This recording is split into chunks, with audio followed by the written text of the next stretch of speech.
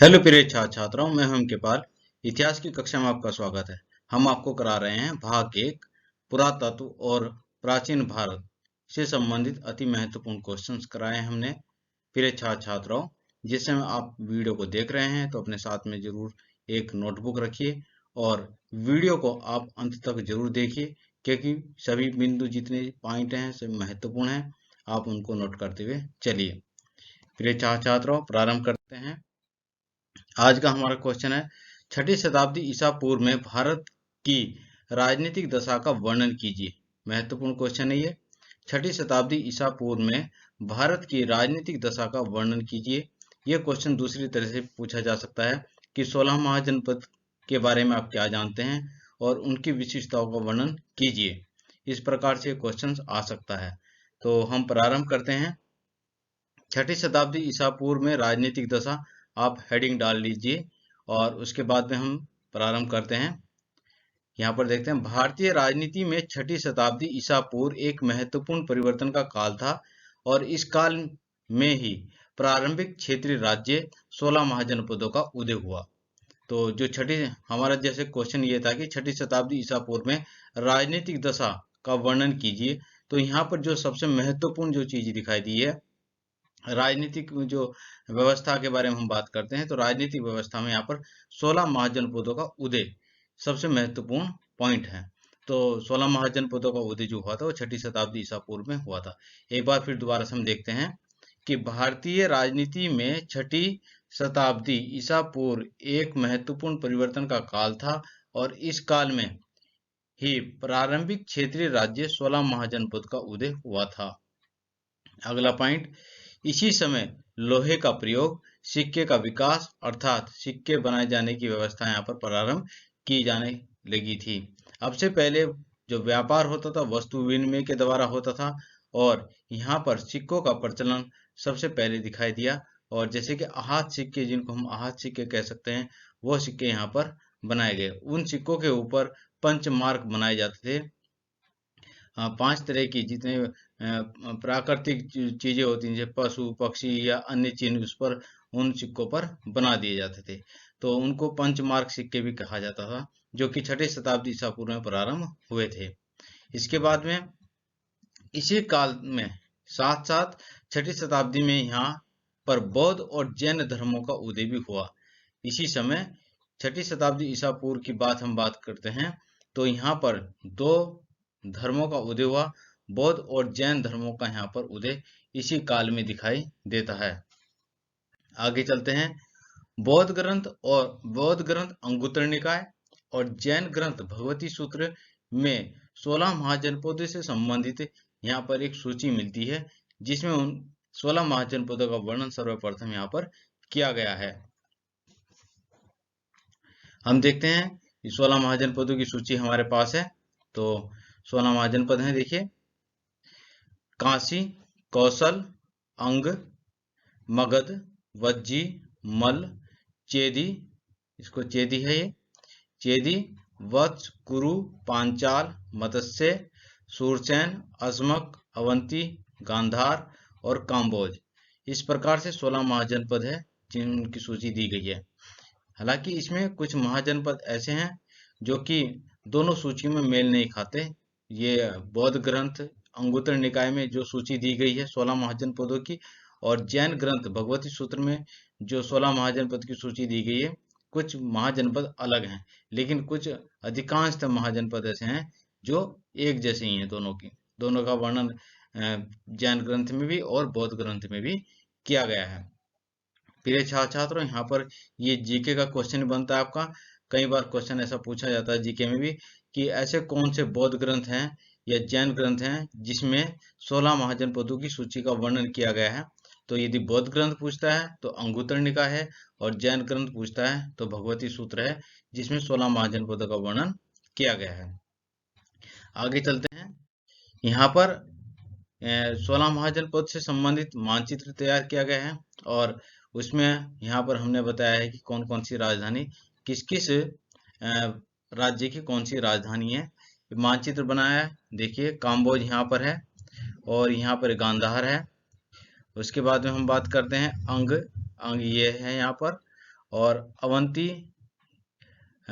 मध्य प्रदेश और गुजरात का जो उज्जैनी का जो एरिया है वहाँ पर है। अस्मक ये महाराष्ट्र में है। चेदी मध्य प्रदेश में है। वत्स मध्य प्रदेश। और उसके बाद में कुरु, कुरु जहाँ दिल्ली के पास ही स्थित है। पांचाल जो बरेली है, उत्तर प्रदेश का बरेली, वहाँ पर स्थित है। काशी, काशी अयोध्या, कौशल अयोध्या, काशी वाराणसी के पास है।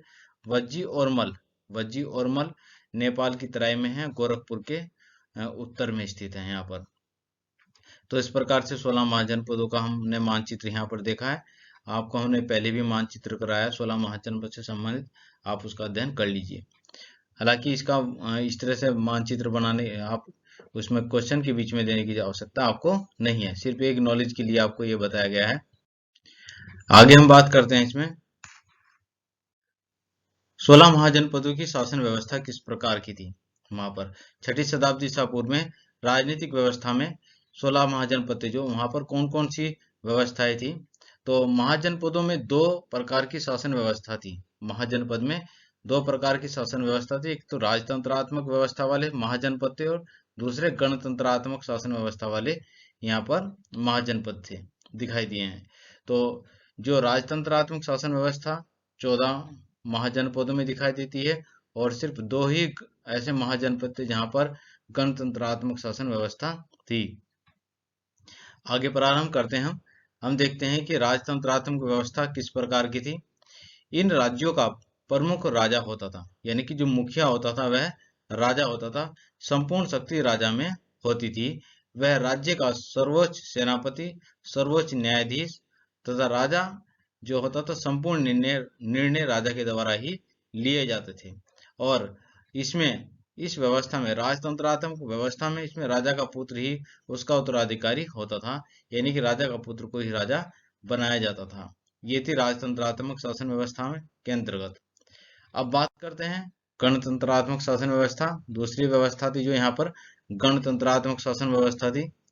इन राज्यों में कोई एक प्रमुख नहीं होता था। जहां पर गणतंत्रात्मक शासन व्यवस्था जिन महाजनपद में, वहां पर कोई एक मुखिया नहीं होता था, कोई एक प्रमुख नहीं होता था। इसमें कई कबीले होते थे। यहाँ पर कई कबीलों को मिलाकर के, कई गांवों को मिलाकर के उनका एक संघ बनाया गया था। उनका एक गण बना, उन गणों को मिलाकर के संघ बनाया गया था और इसमें निर्णय सभी कबीलों की सहमति से लिए जाते थे। जो भी निर्णय लिया जाता था वो सभी जितने कबीले थे उन कबीलों के जो मुखिया थे उनकी एक सभा होती थी और सभा में प्रस्ताव रखा जाता था। प्रस्ताव जब बहुमत के आधार पर वहां पर उसको प्रस्ताव को मान्यता दी जाती थी। तो जो भी निर्णय लिए जाते थे वह समिति में बहुमत के आधार पर लिए जाते थे और जो उसके मुखिया होते थे, प्रत्येक कबीले का जो मुखिया होता था वह सभा का सदस्य होता था। तो इस प्रकार से हम देखते हैं गणतंत्रात्मक शासन व्यवस्था में कोई एक राजा नहीं होता था। वहां पर कबीलों की एक जो मुखिया होते थे उनकी सभा होती थी, उनके द्वारा जो संघ की सभा होती थी और उसमें बहुमत के आधार पर निर्णय लिए जाते थे। इस प्रकार के दो ही महाजनपद थे, वज्जी और मल। वज्जी और मल में ही सिर्फ यहाँ पर गणतंत्रात्मक शासन व्यवस्था हमें दिखाई देती है। ये दोनों महाजनपद नेपाल की तराई में स्थित थे। आगे चलते हैं। प्रत्येक महाजनपद की एक राजधानी होती थी जिसे प्राय किले से घेरा जाता था। वहां पर जितने भी महाजनपद थे, इन महाजनपदों की में क्या होता था कि इनकी अपनी अपनी राजधानियां होती थी। मुख्य रूप से जो नगर होते थे, जो इनके मुख्य नगर होते थे, उन्हीं को राजधानी बनाया गया था, वही राजधानियां होती थी इनकी। और उन जो नगर होते थे उनको चारों ओर से किले से घेरा जाता था, क्योंकि इन नगरों में राजा रहता था, राजा के प्रशासनिक अधिकारी रहते थे, राज परिवार रहता था और सभी महत्वपूर्ण जितने भी सैन्य अधिकारी होते थे वो सभी राजधानियों में रहते थे। अब जो ये जो किले से घिरे हुए जो नगर होते थे, किलेबंद राजधानियों के रखरखाव, सेना और नौकरशाही के लिए आर्थिक स्रोत की आवश्यकता होती थी, क्योंकि जितने भी यहाँ पर अधिकारी रहते थे, मंत्रीगण रहते थे और नौकरशाही रहते थे, उन सबके रखरखाव के लिए अन्य यहाँ पर बहुत सारे खर्चे होते थे। तो इसके लिए उनको आर्थिक स्रोत की भी आवश्यकता होती थी, राज्यों को आर्थिक स्रोत की आवश्यकता थी। तो आर्थिक व्यवस्था कहाँ से करते थे, देखिए। शासक का कार्य होता था किसानों, व्यापारियों और शिल्पकारों से कर एवं भेंट को वसूल करना। कर मतलब राजस्व और उपहारों को वसूल करना, ये आय के मुख्य साधन होते थे। तो महाजनपद के जितने महाजनपद थे उनकी आय के साधन क्या होते थे? किसानों से, व्यापारियों से और शिल्पकारों से राजस्व वसूल करते थे, कर वसूल करते थे और भेंट वसूल करते थे। और अन्य जो उनके कमाई के स्रोत होते थे, पड़ोसी राज्यों पर आक्रमण करके धन इकट्ठा किया जाता था। पड़ोसी राज्यों पर आक्रमण कर धन इकट्ठा करते थे।